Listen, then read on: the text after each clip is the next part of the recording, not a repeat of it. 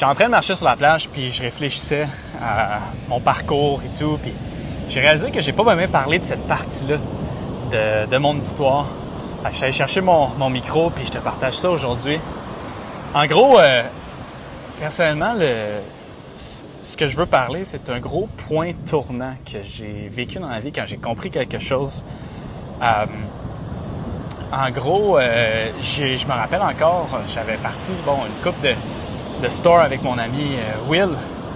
Puis, tu sais, on avait de quoi qui roulait quand même pas pire. Puis, à un moment donné, mais tu sais, rien de faramineux. Puis, à un moment donné, je suis tombé sur Gary Halbert. Ce gars-là, il m'avait fait capoter parce que je trouvais que la manière qu'il écrivait, c'est un copywriter. Okay? C'est un copywriter légendaire. Donc, le copywriting, c'est la vente par écrit. Si tu sais pas déjà c'est quoi.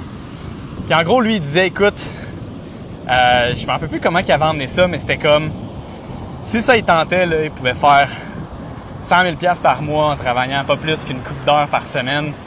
Puis tout ce qu'il avait de besoin, c'était, il pouvait le faire de n'importe où. Tout ce qu'il avait de besoin, c'était un crayon puis un pad jaune pour écrire.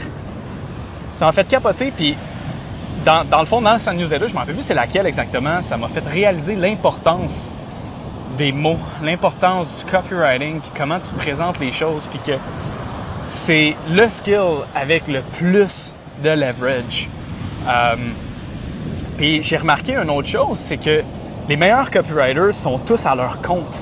C'est très difficile d'engager un bon copywriter parce qu'ils savent que c'est plus facile de bâtir une business que c'est versus être bon en marketing et en copywriting. Donc, c'est plus facile pour eux d'aller chercher quelqu'un qui a un bon produit, un bon service à vendre parce qu'ils vont en avoir de besoin. Parce que souvent, les entrepreneurs qui ont des services, qui ont des produits, ils n'ont aucune idée comment le marketing, ils n'ont aucune idée comment maximiser sa valeur. Puis, quand j'ai compris ça, pas longtemps après, je suis tombé sur un talk de Charlie Munger. Charlie Munger, le partenaire d'investissement à Warren Buffett, qui parlait des biais cognitifs, justement. Puis, ça m'a tellement ouvert les yeux qu'à l'époque, ce que j'ai fait, c'est que j'ai engagé directement. Donc, à ce moment-là, ce que j'ai fait, c'est qu'on a seté plusieurs teams parce qu'on sortait des nouvelles pubs à tous les jours, tout ça. On a fait 3 paires. OK? Donc, un copywriter, un video editor en paire.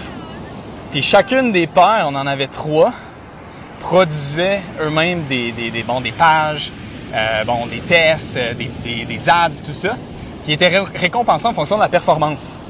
Ce qu'on faisait, c'est qu'à chaque semaine, on analysait des sites pour en trouver les biais cognitifs. Puis qu'est-ce qui faisait de bien, qu'est-ce qui faisait de mal, puis on en tirait les leçons, puis ça alimentait les tests de la semaine d'après. Puis c'est quand on a commencé à faire ça, après une couple de semaines, sont devenus de meilleur en meilleur, sont devenus vraiment bons, puis ça a paru dans la business.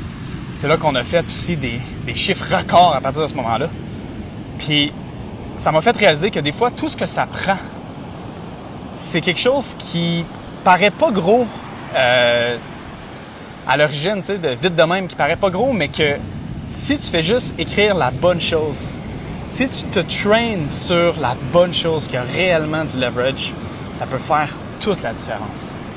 Je trouvais ça important de le partager parce que peut-être que tu es dans un moment justement où tu sais pas trop, tu sais, où t'enligner, tout ça. Puis je me sers de ça un peu pour te rappeler que il n'y a pas mieux. Regarde, mon petit chien.